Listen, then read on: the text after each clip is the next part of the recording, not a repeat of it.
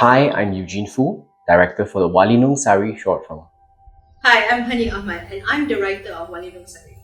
Hi, I'm Ninot Aziz and I was the heritage advisor for Walinong Sari, the short film, and the screenplay was adapted from my first story from Lipolara, Nusantara.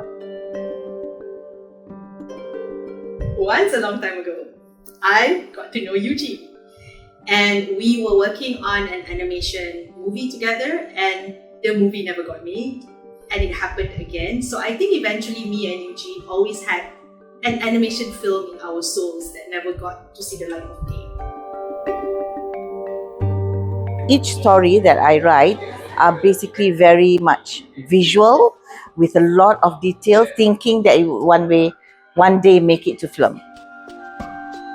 And when I was reading the book, I went like, oh my god, we have amazing princesses that nobody knows about. And Walinong Sari is badass. And MDAC came out with the DC 3+ fund. And thank you so much, MDAC, because this was really a lifeline for a lot of creatives during the pandemic because we were at our wits' end at that point. When I saw that they were having this fund, especially for an animated short, I told Ninot about it and said that, what do you think? I was ecstatic, partly because when I started writing, the thoughts were always to push the stories further to other content creators, be it film, video. When Hani first approached me about the project, I was extremely excited. I was a lecturer back then at the local uni, and to have a chance to acquire a grant to direct a short film like this was really rare, so without a thought, I leapt at the chance right away. I think from the get-go, one of the first challenges was really to develop a style that was simple and technically manageable enough for us to produce remotely, because it was right smack during the pandemic. And we had absolutely no studio, and my workforce was just all of my students and a few random freelancers. And even with these odds stacked up against us when we were developing the look, we knew it was something that must be very unique, something that was so exquisite and distinctive from whatever Malaysia has been producing. So I thought, well, let's take the opportunity to re-look at our own visual culture. And it wasn't a difficult decision to quickly lock down on wayang kulit as a point of inspiration. Yeah, but Malaysian wayang kulit, as beautiful as it is on its own, may not translate very well cinematically onto animation because it's got all this detailing and kerawang, which could be quite visually heavy. I even had a look at some of my friends' work, Tintoy, who does all this modernization of wayang kulit. But yet, I feel like I needed something else.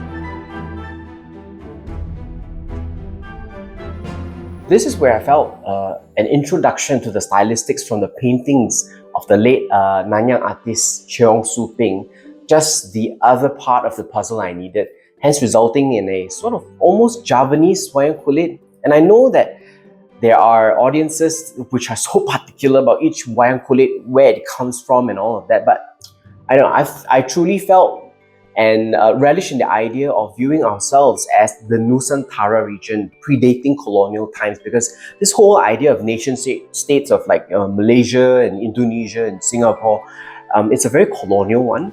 And as Ninot put it, we were more cosmopolitan back then than we are now, sadly. I think right from the start, Eugene, Hani and I had this synergy. We had this marvelous discussions. It was during the COVID and we were talking about this world, creating this world, and Eugene had tons of questions. I was just so intrigued by how she could respond to all of my questions about all these historical facts as if she was telling her own life story. Eugene drew a few sketches, and when he had the kings with short hair, then I said, no, Malay kings, they have long hair. Then I added the pantun that showcase all this. So I think it was very organic. the kinds of details and the kind of literary references she would be able to fish out, every time I presented something, there was to me a lesson to be learned. When we talk about jewelry, we talk about Malay jewelry. Malay jewelry can be taken apart, can be put together. And when I look at the movie, I see it in the details that he did. Now, a real hilarious and actually alarming boo-boo I made was on Walinong Sari's costume. Naturally, I thought, well, she'd be wearing pants to have some sort of mobility. And most of these videos were of women wearing pants. And so I went ahead and storyboarded the whole 28-minute short film with her in baju that was paired with pants. Well, when Ninot first saw it and gave me the feedback, I was so embarrassed. I almost broke out in cold sweat.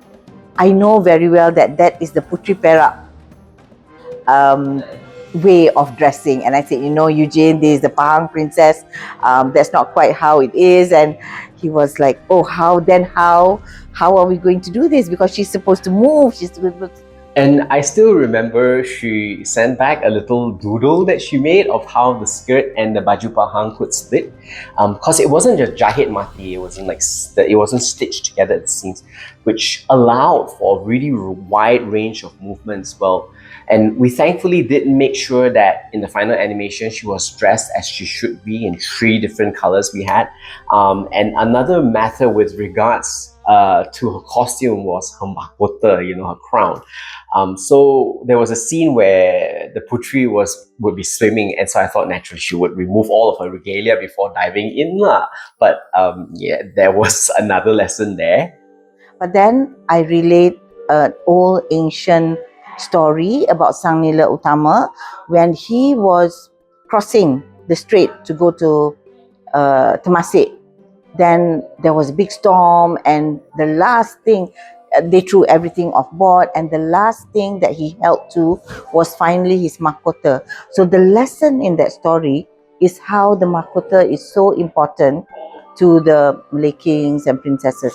And so the one area of costume design that I really had absolute free reign in designing were none other than the Kayangan folklore.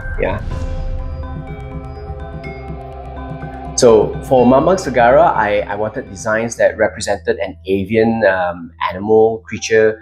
So we had feather motifs. Whilst the father, Laksamana Pote, we had a lot of lightning bolts naturally. I even went on to take the liberty of giving them names like Motif Pelepah Berembun, which means like dew on feathers for Mambang Segara, and like the Laksamana Pete had like songket motifs that were called Bunga Pete, like lightning flower. So I was really in my zone. During my friendship with Eugene, and I've always loved his concept design and character design, I always felt that I wanted to know what he can do when there's no limitations.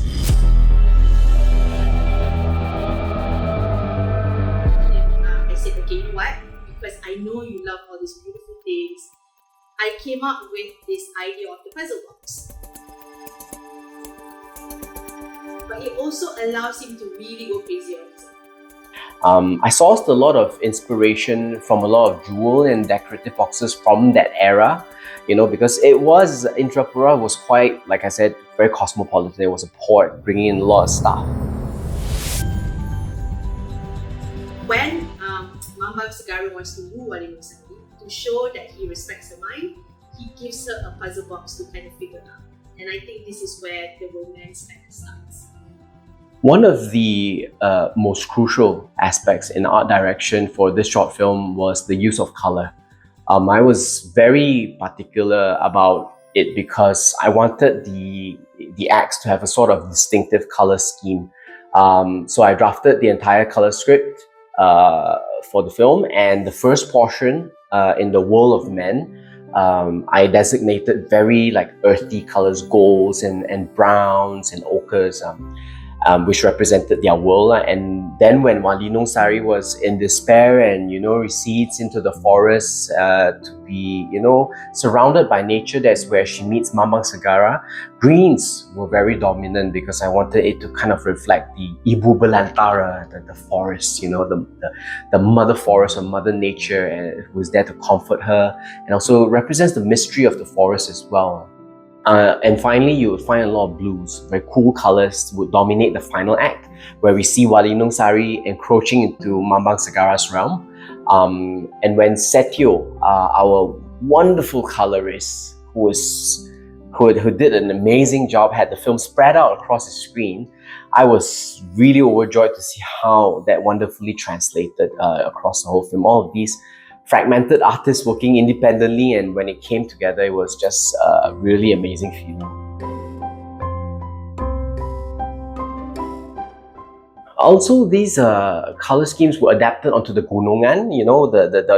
The element that we use as transitions is an important element in wayang kulit as well. It signifies a change of scene, change of location. And so this was done by one of my top students, Danny. And throughout the film, you notice these gunungans would change. So in the first portion, you'll see the gold one that represented the realm of men, the green one for Mother Earth, and the blue one for the celestials and the kayangan.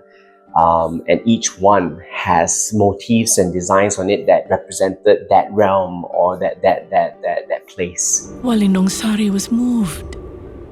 She found that she no longer needed to fight when she discovered this man thought her his equal. The scene that I really enjoyed working on the most was the labyrinthian puzzle with all the M.S. kind of influence. And one of these really epic last puzzle scenes was quite crucial. And so I tried to imbue it with as much meaning and mise-en-scène as possible. So what we see here on the top of the scene is this reinterpretation, or rather my reinterpretation of the Kala head. Yeah, so the Kala head is essentially in Southeast Asia is the guardian of time, and in India it comes in the form of the Kirti Muka, which you can see like on places like the top of the Madurai temple, and then in China it takes a similar motif, also without a lower jaw, in the form of a Taoti, a beast. Yeah, that is very greedy. So it's usually on bronze vessels.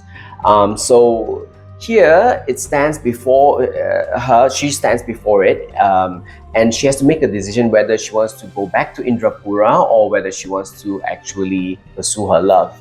Yeah, and no matter what decision she makes in life, time goes on, and this is flanked both on the left hand and on the right hand. On the left hand, you see very much more like native architectural designs, and on the right hand side, you see like Moorish design. So on the left, the architecture descending, and on the left, the Moorish design is ascending because of the onset of Islam.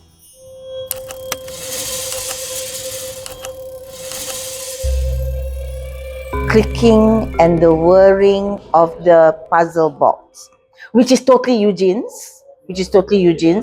And I think that it is not only the drawing, the dream that came out of it, and the philosophy behind it, philosophy of knowledge, philosophy of mystery and all that. That was my favorite part. I suppose my last words would be that thank you so much for watching Walinong Sari and for loving our princess. We have loved her for a very long time. Thank you for really understanding what we were trying to do. We wanted to do something that was very Nusantara. We wanted something that really exemplifies our art, our culture, our storytelling. Realized the shortcomings I had as a filmmaker, but also at the same time I realized that what I was actually capable of, thanks to Ninot and Hani. I have so much to thank them for, and also the entire team that worked on most of my students, and all the incredible talents on the audio side, the voiceovers. We'll make a video on them as well. And we really would love to make an anthology of all our princesses with different studios, different writers. We have so many talented people. So please spread the love. Tell as many people as possible to watch it. So if indeed you did love our short film, you enjoyed it, yeah, and I'm looking at all the feedback. So thankful for them. Sangat berterima kasih to all of our viewers. My goal was always to put Hikayat on the world stage. And what Eugene and Hani has done, this is something we can be proud of. We'd love to see how far we can go. Do support us simply by sharing this film to more and more people. That would really empower us a lot more. And so to the powers that be, Finas, MDEC, Astro, whoever you are, we do hope to meet soon, and let's talk.